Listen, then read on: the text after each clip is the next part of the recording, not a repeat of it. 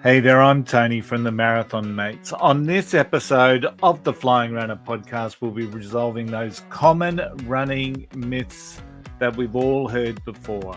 Have you ever heard running is bad for your knees? Or you have to run fast to be a runner? Now tonight, we're going to go through a number of these common running myths and debunk them all. Well, maybe all. We'll see how we go.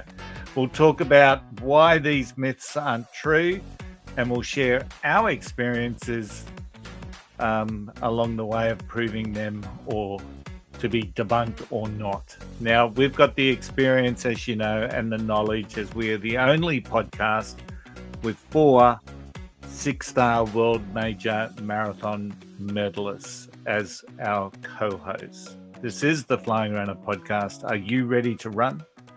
Let's go. Welcome to the thrilling world of the Flying Runr, brought to you by the Marathon Mates.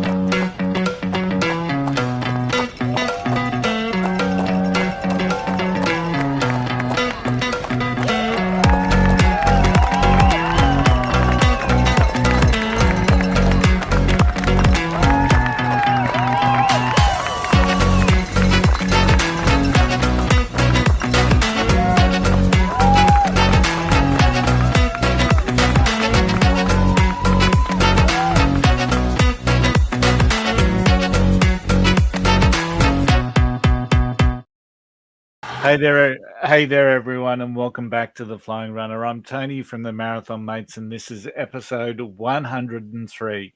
Now, on tonight's episode, we're going to be debunking those common running myths that we've all heard before, usually from non-runners or ex-runners.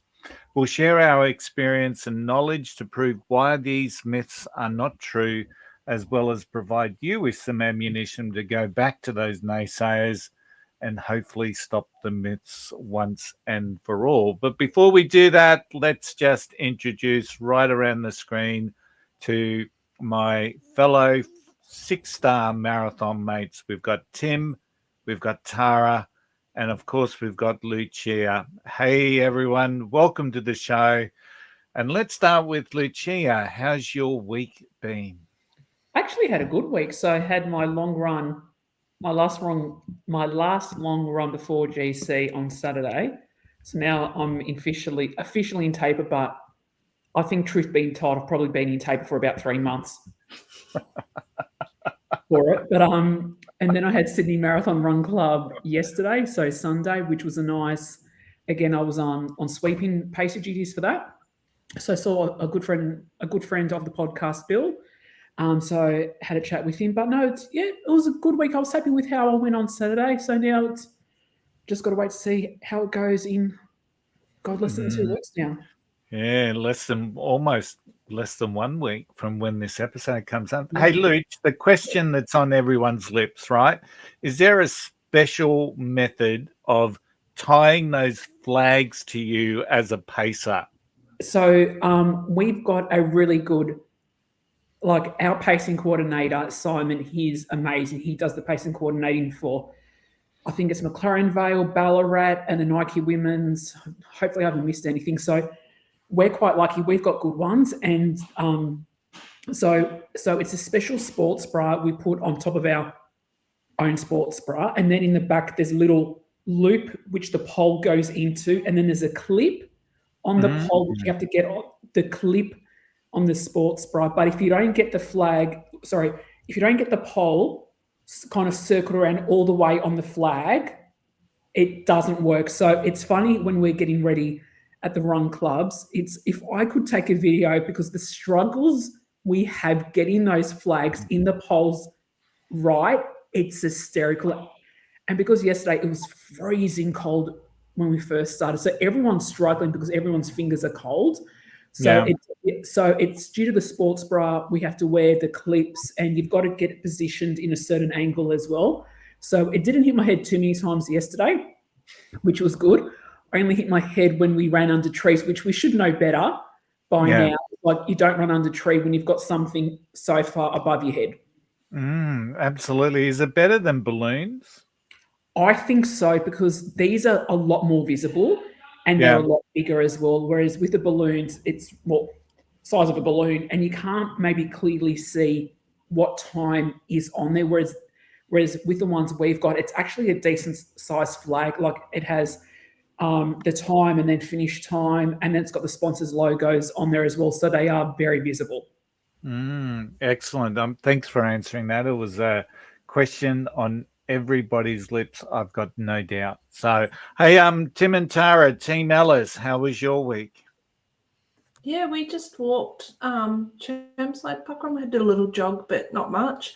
Just walked Chermside Parkrun on Saturday, and Patrick was supposed to do his final long run with us yesterday, or was Sunday just been, and he woke up with a stomach bug. So we're like, stay away from us, don't come near me. We didn't know if it was actually a stomach bug or food poisoning, and you never know with Patrick because he does eat a lot of food. So it could have been anything he's eaten. But we're just like, stay home, don't bring it near me. And so we just did 25 Ks together. Is that right, Tim? Yep. So very, very windy, very, very cold. Just a bit of mixed bag of everything for us on Sunday. Yeah.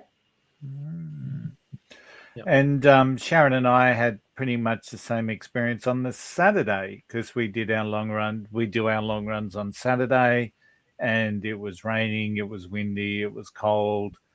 Got out I was 22 and a half. Sharon was just did the half marathon. It was, it's, I'm glad that was my last sort of longish run for Gold Coast, but now it's just about trying to get my head right that I'm ready to go. So, as Lucia says, we're officially, I guess, in the taper, but we'll see how we go. Absolutely. Hey, and paranoia is very real at the moment. Trying to stay away from people.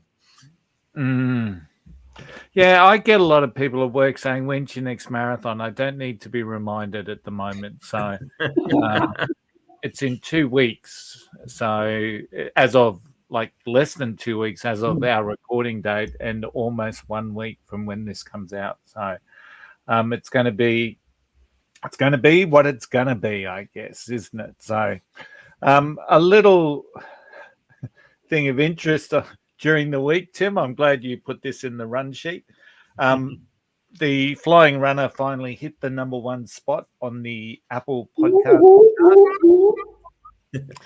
in Libya, right? So we are huge in Libya, apparently. So we were #1 in the Apple charts in sports in the subcategory running, and we were #6 in the sports podcast overall in Libya. So to all of our excited followers over there in Libya, we really do thank you. Interestingly, we are still ranking really well in New Zealand. So thank you to all our Kiwi friends. Not so well in Australia anymore. So I'd like to just do a bit of a shout out to each and every one of our listeners to share our podcast with a friend, and let's get our Australian rankings back where they need to be. Today, we were ranked at 62 in Australia. So that's so Libya. Tim, Libya. Libya. Those Africans want to know how the white people run.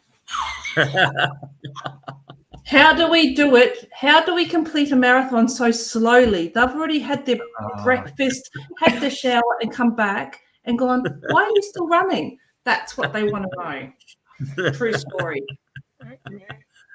I don't know if this is going to be inappropriate, and if it is, I'll edit it out. But I could just imagine the #1 influencer over there in Libya is a bloke called Gaddafi Run. So I was only going to say, isn't it cool to hear all these different countries when you look at the list? You know, we're rating in Libya, New Zealand, Philippines, Indonesia, Australia, Finland. Yeah, just Finland. Thank you very much to all of our Finnish supporters. You know, yeah, just awesome. They get to the finish line. Oh, this has got to stop, please. He spent all week preparing for that one, didn't he? Yeah. Our sincere apologies, listeners, because now I've also got to hand it over to Tim with the news.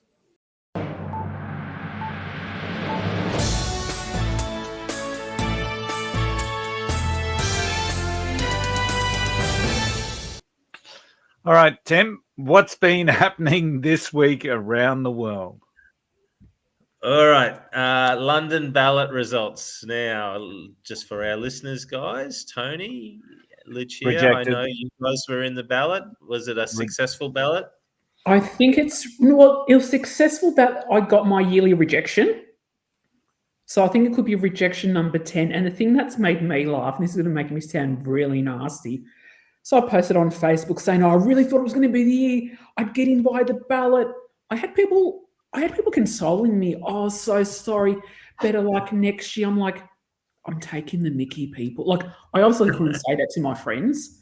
But I do know one person from my run club that got in by the ballot. Well, I know a friend who got in via the ballot as well. She's never entered before, got in via the ballot, but she'd just run this year for her birthday. So she's run this year, thought, I'll throw my hat in the ring for the ballot, just see what happens. And she got in. So, and she can't do it. So...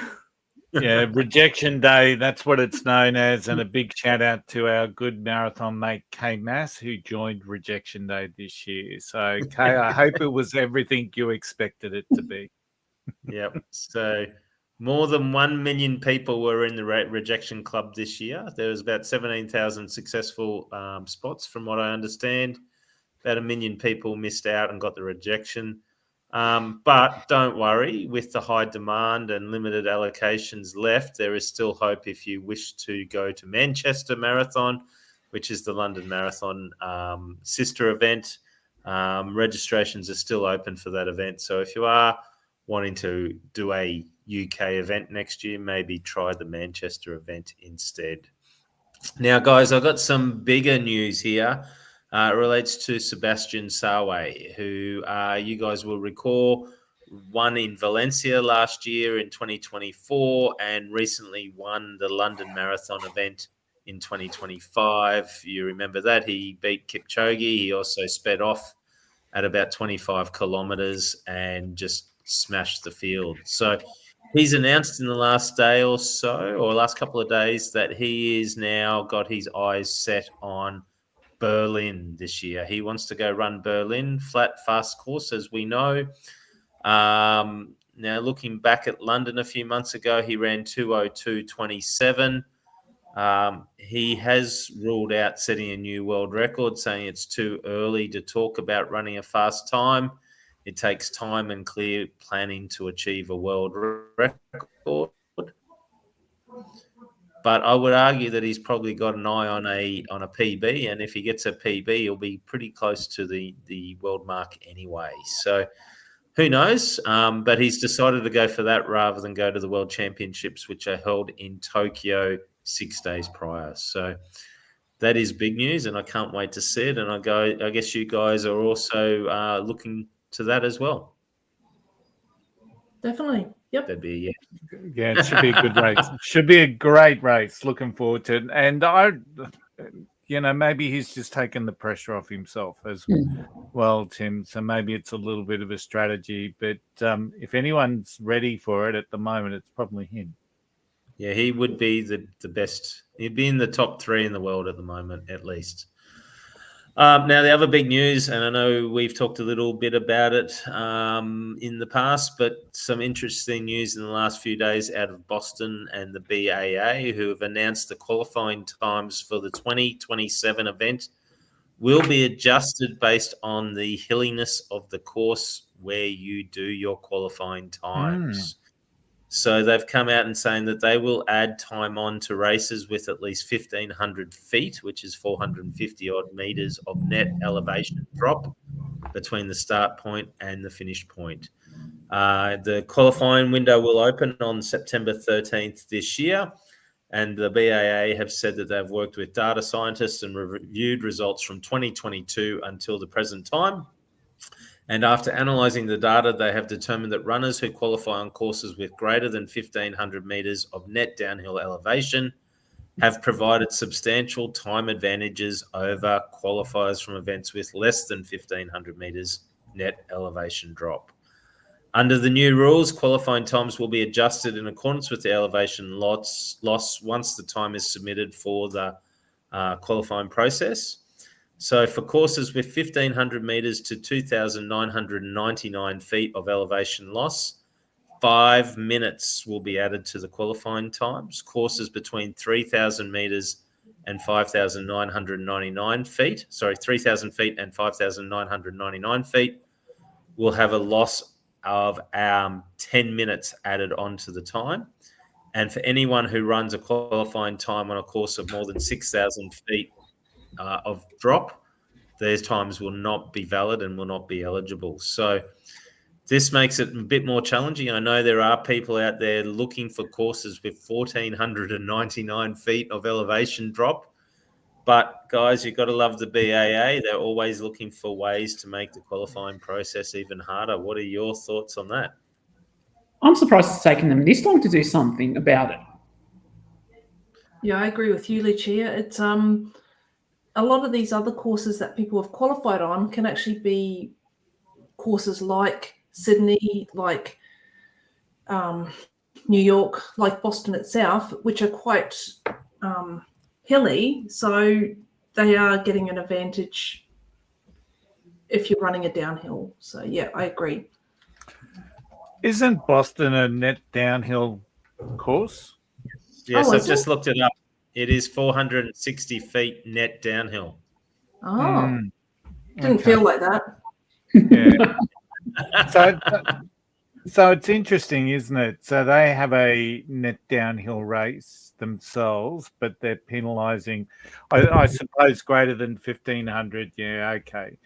It was interesting when I saw this post out there. I think it was on one of the Boston Marathon groups, and one of the first comments that was posted there is someone saying, well, maybe if they didn't just have all these paid people running the event who just pay their way in. And I just thought, yeah, there you go. Right, just make it all qualifiers and Boston goes broke. That's a good one, mate. So, but I'm a little bit like the ladies. I'm surprised it's taken them this long. Yeah, I just find it amazing that it just now isolates even more people from it.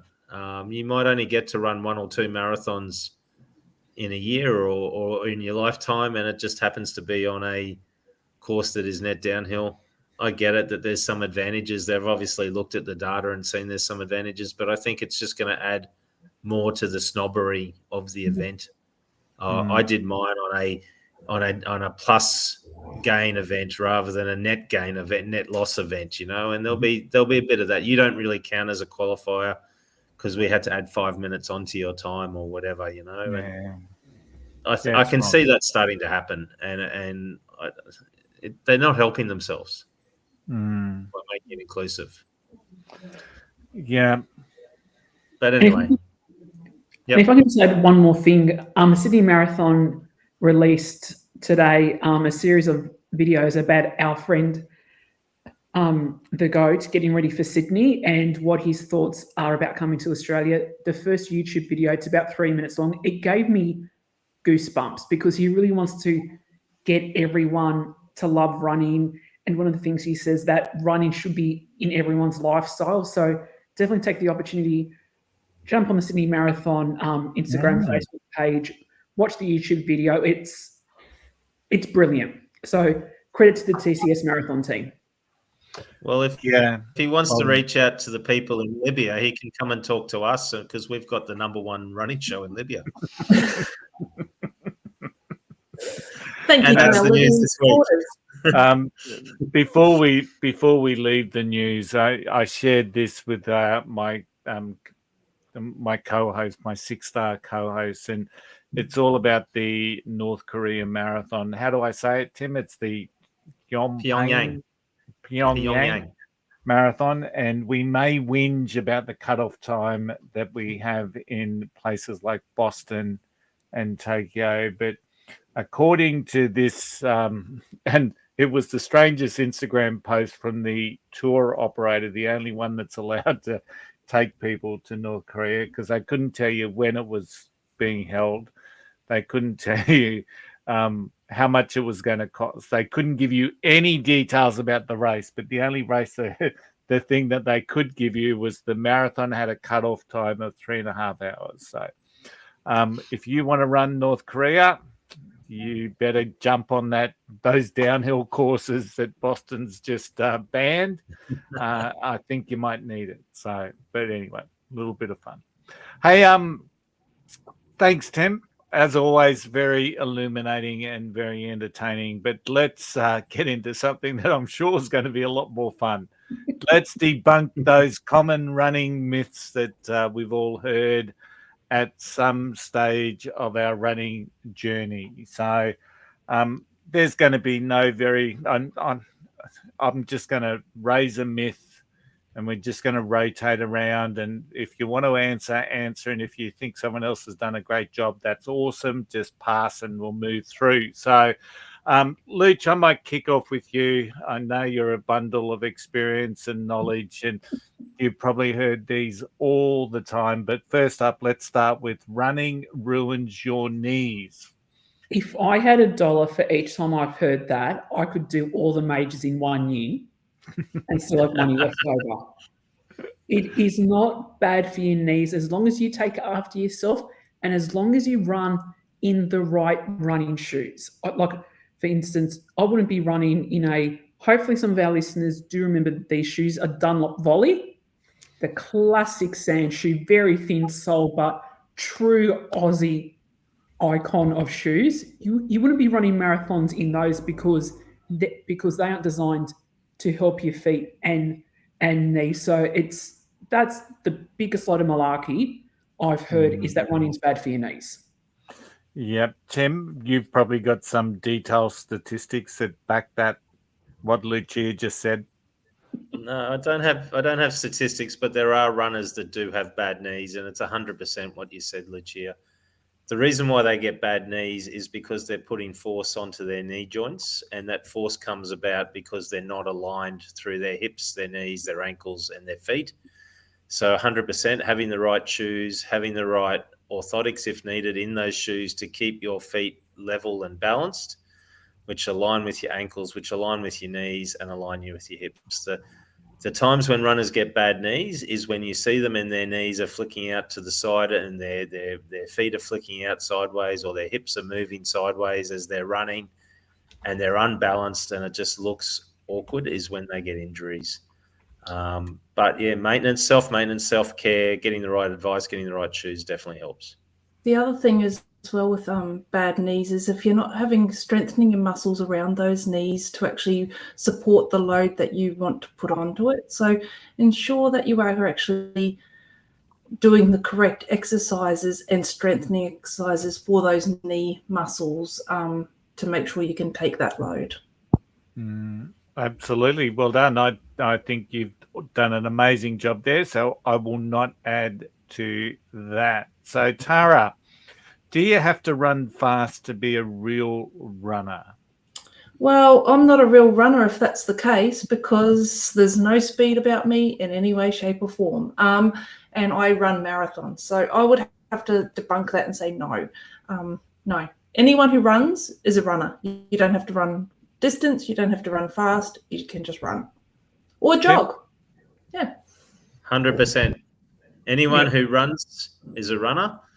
And even if you think you're slow, you're always going to be faster than somebody else. And Lucia? I couldn't add anything else. It's just if you're out there, that's half the battle, and you're a runner. So everyone's speed is different. So yeah, you don't have to be fast. It like that. And another question, which I know we've got coming up, two of my pet hates. Okay, I'll look forward to that second question.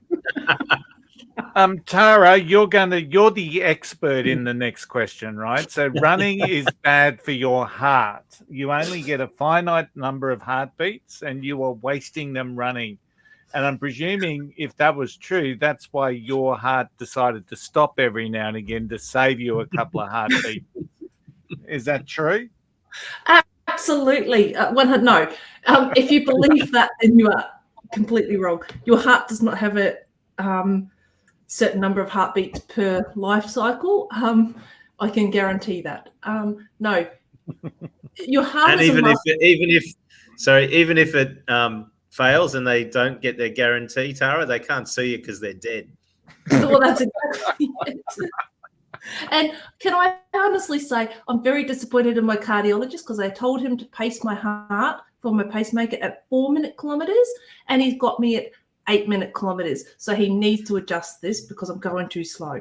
But no, it's not true. Your heart is a muscle. It's like anything else in your body. If you don't use it, you lose it. So running is actually probably the best thing you can do for your heart.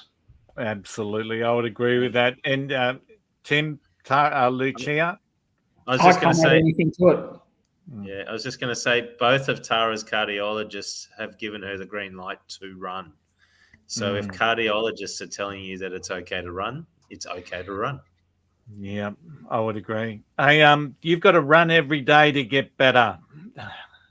And in fact, there is that podcast that I keep referring to, 40 Runs, that calls themselves For the Everyday Runner. But do you have to run every day to get better? Tim? No. Oh, sorry. Sorry. I left a long enough pause there so someone would jump in. Sorry, Tim. No, you don't. In fact, if you run every day, you are putting extra strain on your body and your joints. We say it all the time. You need to listen to your body. Running every day will not make you get better. It will actually injure you and make you sorer. Yeah. Any Luch? I'm seeing that I cut you off. No, I was literally just going to say what Tim said. Okay, awesome. You can get the next question then. You can only get entry to Boston by qualifying, and if you don't qualify, you don't deserve to be in Boston. That, again, is another load of BS. And because not everyone can qualify for Boston, and Boston's one of those ones which raises a bucket load of money for charities, and those people are just as vital as the qualifiers and those of us who go via a tour operator. It doesn't matter how you get to Boston. It's about getting to Boston. The journey is the same. The race is the same. The medal is the same. So I actually think people who have that attitude, what I'm about to say, be controversial. So hopefully our fans in Libya will keep listening.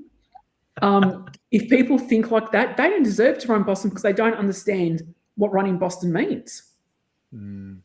Yeah, I think from my perspective, Boston has become such a multifaceted race, and while it may have been very much a day for the locals or the qualifiers at one stage, I think unfortunately the tragic events that have occurred with Boston has certainly added another dimension, another storyline, and actually and that draws people to want to run the race. So, and if they can do it by raising a couple of $1,000 or $10,000 for charity or paying their way through a tour operator, then I say go for it, because that's what makes the race as well.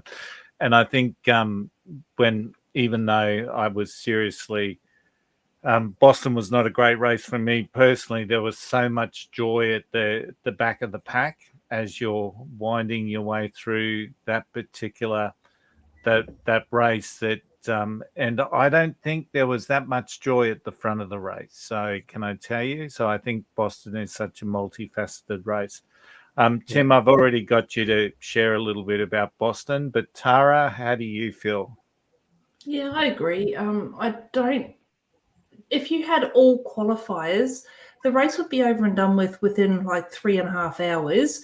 You might as well go to North Korea or wherever it is that you could do your marathon and be done with it. You know, it would be quite boring. I don't think you would have the same atmosphere with the people that are actually even there spectating and the people that are there supporting the runners. I think, it would be a boring race, I think, if it was all qualifiers, to be honest. Absolutely. Hey, Tim, you have to run a marathon to be a runner. Is that right? Is that true? Incorrect. No way. Not real, not true, not in any way accurate. Anyone who runs, no matter what distance they run, is a runner. Running a marathon is just a part of running. You know, it's something that people may aspire to, and if they do, they set themselves a challenge, and then they go off and put in the training and do the work that they need to do, set themselves a goal, and off they go. But other people's challenge might be to run a 10K, and that's just fine. They're runners as well. 100%. You've probably heard this one. Whenever you tell someone you've run a marathon, people say, how far was that? So is a 5K a marathon? Tara? No, absolutely not. Look, it might be to that person though. So what we see as a marathon, like marathon is actually a very broadly used term nowadays. Like they say a Netflix marathon, or it was a marathon session in tennis or whatever. It's a very broad term, unfortunately, now. No, a 5K is just 5Ks, or 5,000 meters, or 3.2 miles, is it? 3.1. 3.1, sorry. You've got to look at it from the other person's perspective too. So if they can, the furthest they've ever run is 5Ks, that might be their marathon distance. But no, officially it's not a marathon. Yeah. It's but you are right. For some people, that could be their marathon. That could be their end game. That could be what they're working for, and that's awesome. But a marathon is specifically 42.2K, and it 195. Okay. Sorry, if you're going for specific numbers, 42.195.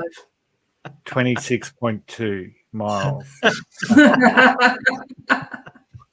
42.195 million millimeters. All right, Lucia. If it hurts, you should just push through it. Well, if our listeners listen to my tip of the week, 2 weeks. Thank you, Tim. You shouldn't. If it's pain, don't run through it. If it's soreness, you can kind of put up with it. So, guys, go back to episode 101, and there's my fabulous tip on this exact topic. Okay, awesome. Look at you trying to push likes on your tip. I'm just answering the questions, Tim. I can't help it.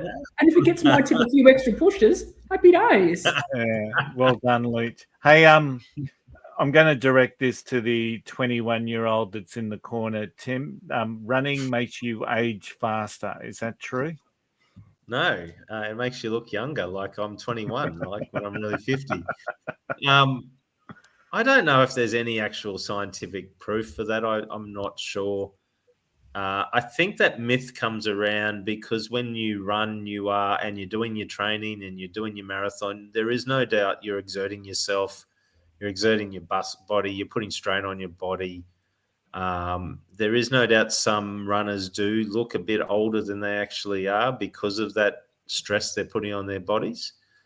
But I don't think it ages you. In fact, running is good for you, and it's good for your heart, and it's good for your health. So it actually prolongs life. Sitting on a couch is not good for you, but running is good for you. So you may look a bit older because your body's stressed out, but it doesn't age you. Can I disagree on that one? And I know I'm jumping ahead a bit, but when I've worked out how much getting the Abbott 6-star medal has cost me, that has aged me. So to a certain extent, yes, running does age you, but not in terms of health, in terms of thinking, have I actually spent that much on running? Maybe that's the reason I have a heart problem, Lucia, is because I've actually realised how much it was, and I'm like, that's why it stopped. It's like, oh my God. Right? I don't regret any of it. Yeah. And of course, we've all got Garmin's that tell us our fitness age is less than what our current age is. So I can only presume that Garmin's either making us feel better, which it does very rarely, by the way. So maybe there is some semblance. But I can tell you, when I'm doing a long run, I'm probably looking 20 years older. So there may be some truth. Hey, Tara, you touched on this one. Running is a cheap sport. Now, that's the funniest thing I've heard all day. It can be. It can be actually a very, very cheap sport. If you want to just run, grab yourself a pair of shoes. That's probably your most expensive thing. You don't have to have a Garmin. You don't have to have the latest and greatest gear of everything.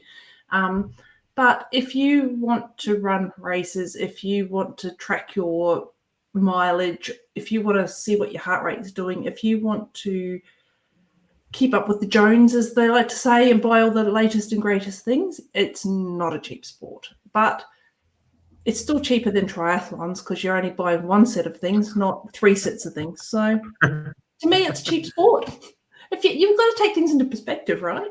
Yeah, you do. You do. And there's no registrations you've got to pay. There's no insurances that you've got to cover yourself with to go out and have a run. So I guess in that respect, it's relatively cheap. But if you want to have the right shoes for yourself, there's going to be a cost to that. And if you want to have the latest and greatest fashionable items, there's going to be a cost to that. And of course, if you want to chase the 7 stars around the world, there's going to be a big cost to that. So it's also, I wish I could find somebody to help invest me in a cheap gel. When you think about gels at $5 a packet, you can go out for a training run and have 2 or 3 gels on a training run, and there's $10-15 on a training run spent just consuming nutrition that you need to keep going when you're running. So if anyone can develop a cheap gel that's like $1 and doesn't affect your stomach and lasts forever in your gut,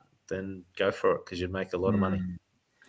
Mind you, I went to the pub for a mate's 60th birthday, and the first beer was $15. So that's 3 gels. So, so I think having a beer at the pub is probably a little bit dearer than going for a run. So, yeah, treadmill running doesn't count. Now, that's a myth. And Luch, your thoughts? Do you do a lot of treadmill running? I must admit, I don't remember the last time I ran on a treadmill, because the gym I go to doesn't have treadmills that I can use as part of my membership. So I think it's been, a good, maybe definitely pre-COVID. But running on a treadmill sometimes I think is tougher than actually running on the road, because you've got that, like on the treadmill, it's just the one surface as such, unless you can adjust the settings, and it's just the mundane. So I actually think running on treadmill is tougher than being outside. So regardless of where you're running, if you're water running, treadmill running, it's still running. Yeah. Tim?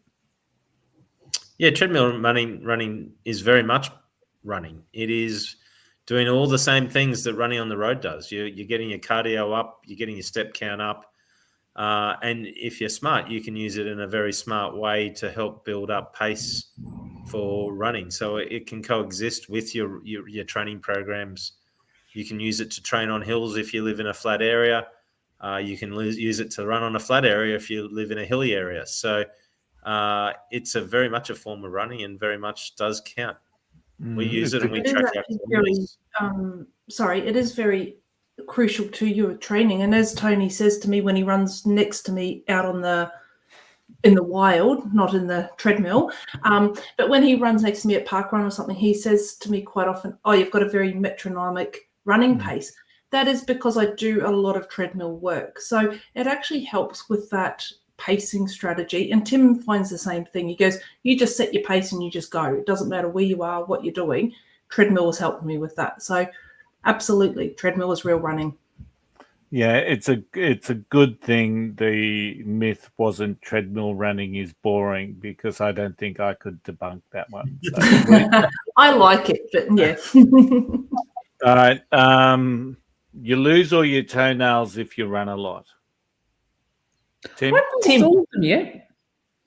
I've lost 2 in the last couple of months, having done GC30 and Brisbane Marathon. And I normally don't lose toenails, but I've lost them only because on GC30 it's a half trail, half road course, and every year I end up sliding my shoe as it goes through the sand dunes there, and my toes hit the top of my toe box. So this year I've lost 2 toenails.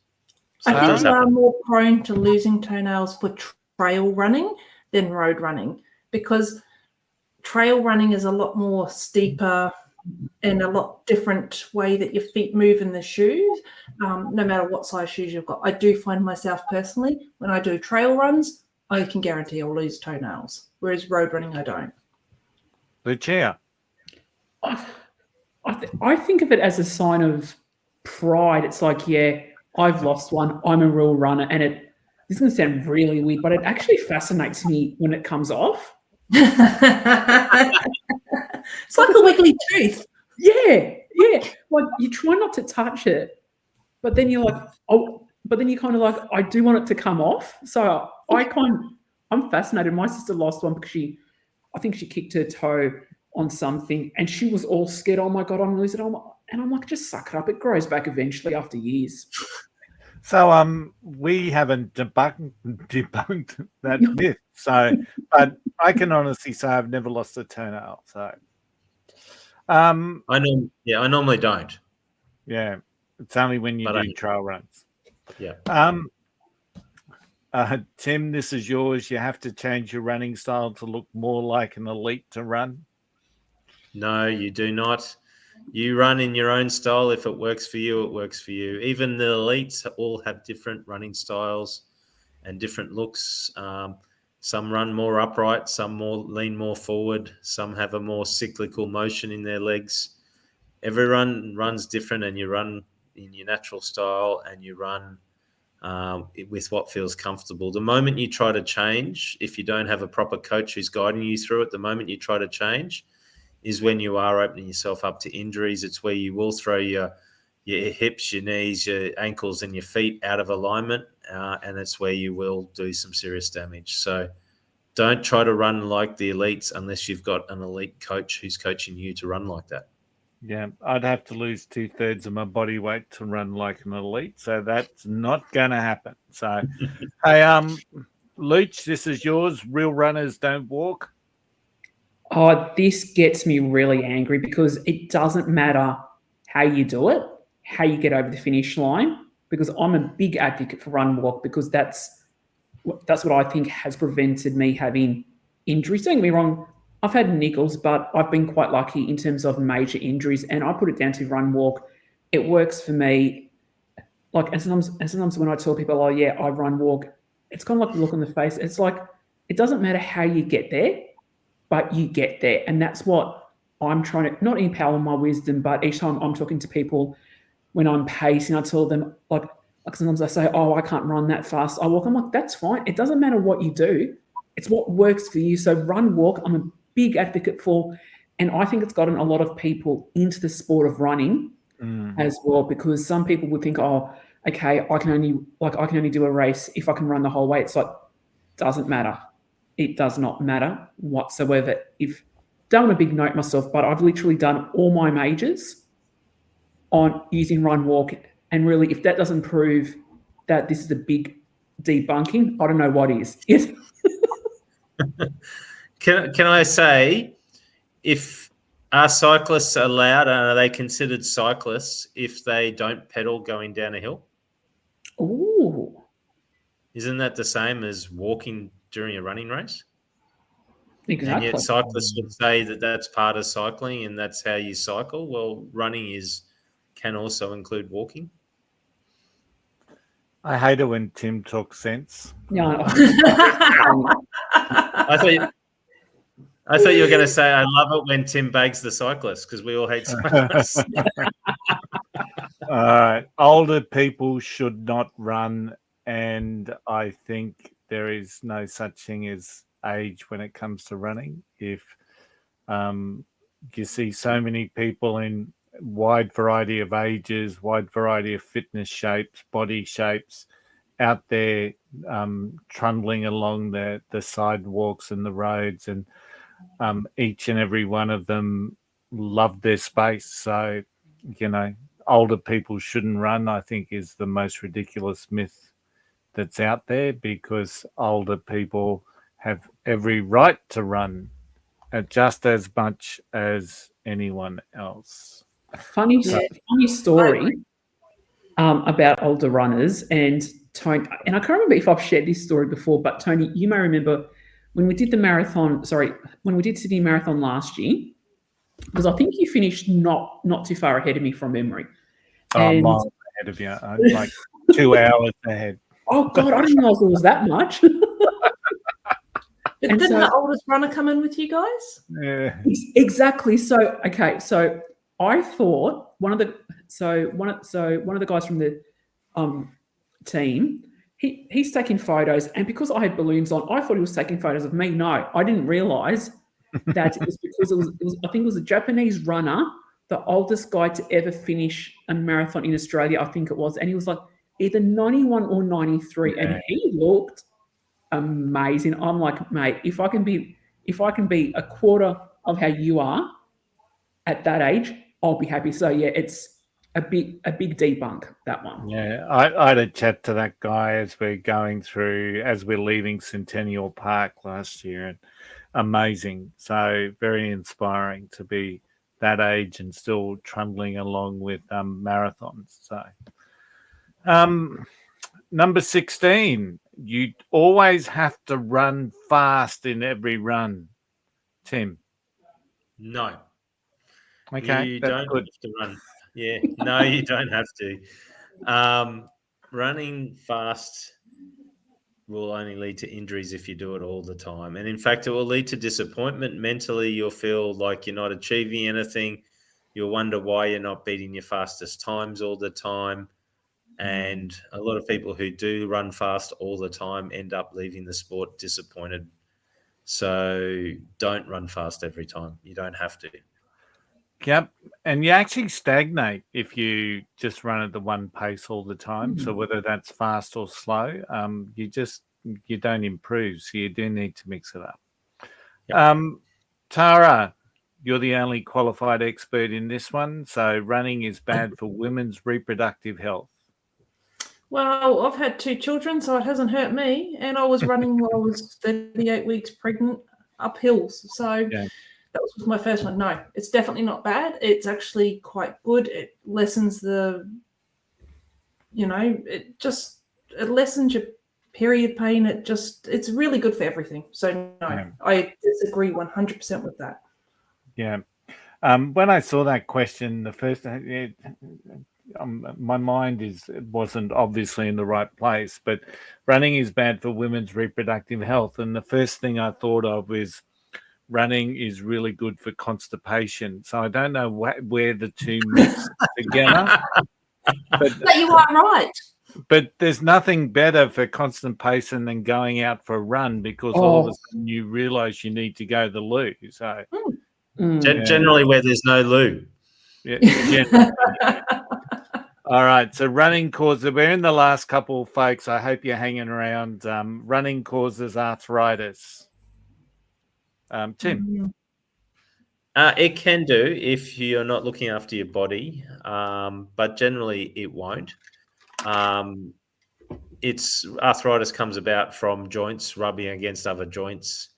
So if you have some weaknesses in your body, if you're not looking after your body, if you're not fueling your body right, you're not doing the maintenance that you need to do, it could potentially lead to arthritis. But at the same time, you're using those joints the way they're meant to be working. Men and women have run for thousands of years. They're meant to work that way. Yeah, so arthritis is actually caused from injury to your body on a previous thing. So as a general thing, unless it's a degenerative thing that's genetic.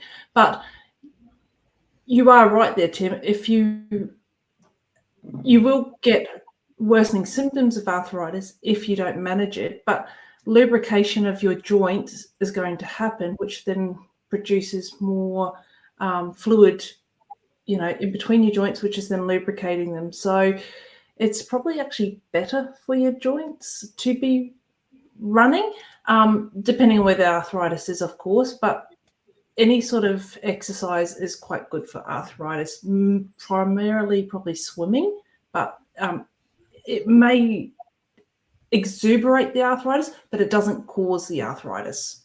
Yeah. Leach, you should stretch before you run. That one, if you ask 100 people, you'll get 1,000 answers. It's not a necessity to stretch before you run. Like, obviously, a lot of the elites, they'll do their strides, they'll do their warm-up runs, but personally, I don't. And I'm now officially qualified level 1 running coach, so I should have that hat on. Now, you probably should do some stretching and warm up, especially if it's cold, just to get the blood circulating. But there's no hard or fast rule. Some people say that there's no scientific proof that warming up helps. So I'm a 50-50 on that one. It's a tough one. Do you static stretching on cold muscles, you can actually cause tearing and some damage there to ligaments, tendons and stuff. So static stretching, so like, all of your normal ones. If you're doing plyometric stretching or movement stretching, yes, absolutely, but definitely don't hold that stretch for one position for a long time prior to warming up. Static stretching should be used after running and you're pretty warm. Yeah. Do you stretch, Lucia? Before? No, sometimes. 9 times out of 10, no. Tony? I warm up, I would say. I do, and once I'm warm, I do try and get some flexibility into my calves, but I don't do the old touch your knees or touch your toes. Sorry, I can only touch my knees, touch my toes, and the old hammy things that we used to do at footy training. I'll do some lubrication of my hips and get some wide swinging going, but I don't do static stretching, no. And Tara, I know your answer, but you don't stretch either, do you? I stretch after. But not before. I'm the same. I don't stretch beforehand. I use the first kilometre or two on my long runs as a bit of a warm-up, and then I will get into it and get going from there. But, yeah, you don't have to stretch to run. Yeah. Sometimes if I've got a tight hip flexor or something, I might move my hips around, but, yeah, apart from that. Yeah. And I think Tim's written this last myth a Can little I bit. answer it though, Tony? Yeah, but he's written it wrong, Leach, because if you debunk it, it actually means that we do need to do this thing. So the way Tim has written it is you don't need to do a pre-week before starting a training block. Lucia. With like a number of our other myths tonight, it's a complete malarkey. A pre-training week, or we could even possibly call it base building phase. It helps ease the body into a more structured training because jumping into full Ks or mileage, you can actually increase the risk of injury. So, hate to say it, but pre-week, it's needed. Yeah, whether it's 0 week or base building, what was it, phase, BBP, or a pre-week, I think most people out there would say, my operations manager at the moment says he starts New York training next week. So he's currently in pre-week, getting ready for his marathon training block. So I know why Tim doesn't do pre-week, and that's because we don't ever stop training for a race. That's why we don't have a pre-week. This is what I have worked it out to be, because we're always training for the next race. We don't actually stop. Yeah, Tim don't have a pre-week. Tim's got a base and he keeps to that base and doesn't. And so I agree with you. He just never stops. He's always building that base. So he's always in training. Whereas most normal people take a bit of a break every now and again, drink a couple of beers, party on for a while, and then says, when's my next race? Don't we, Lucia? And that's what I'll be doing Sunday night in Goldie. I do that too. I drink a lot and party a lot, but I don't know. So if he's going into New York training next week, then this week he's not doing anything. No, he's in pre-week. So, but can I tell you, the week after Gold Coast, I worked this one out. All right. So I am going to be in post-week for Gold Coast, but pre-week for Sydney. So I'm going to be in a post-pre-week. So beat that one. Well, after Goldie, the Sunday after Goldie, it's the next Sydney Marathon Run Club, and I'll be pacing as sweeper again on that one. I don't know how the body's going to pull up then. So anyone that's coming to the next Sydney Marathon Run Club on the 13th of July, if you're with me at the back, I can't guarantee there's going to be much running. Well, if you've done How your far is that one, post-week, Luke? That's going to be time-based. So I think for the faster pace groups, I think it could be, I want to say 28 to 30 Ks, but for us, more towards the back, will be based on time. So it could be anywhere from 2.5 hours to 3 hours. Right. So depending on how well your post-week, pre-week went, will tell you how well you went in the Sydney run. Yeah. All right. So our listeners and viewers out there, I hope that you've enjoyed our sometimes comical look at some of the myths that are out there. But it really does lead into our next section, and it's that time of the week. Let's hear from Tim. What's your tip of the week? Thanks, Tony. So my tip is don't believe everyone out there. Most people who speak about these sort of myths don't actually know much about running, if anything at all. They are generally negative people who are wanting to influence you in a negative way. So surround yourself with trusted runners, people who are supportive and encouraging. Find your marathon mates or your running mates and get to form a group of people around you that you can use as trusted resources. Use us as the Flying Runr as a trusted resource because we've got the experience and the knowledge gained from many years of running. But use other things. Check with multiple sources. Don't believe influencers, for instance, over the internet, but go and look at real running people who share the same sort of pacing and attitudes towards running that you have. If you keep doing that, you'll have a nice, happy, healthy longevity in the sport. If you believe the naysayers and the people who put these myths out there, then it won't be a very fun experience for you. So, do what you need to do, but stay positive and stay with positive people around you at all times. Awesome. Thanks, Tim. And this episode's just about to come to an end. But before we do that, Tara, what's happening next week?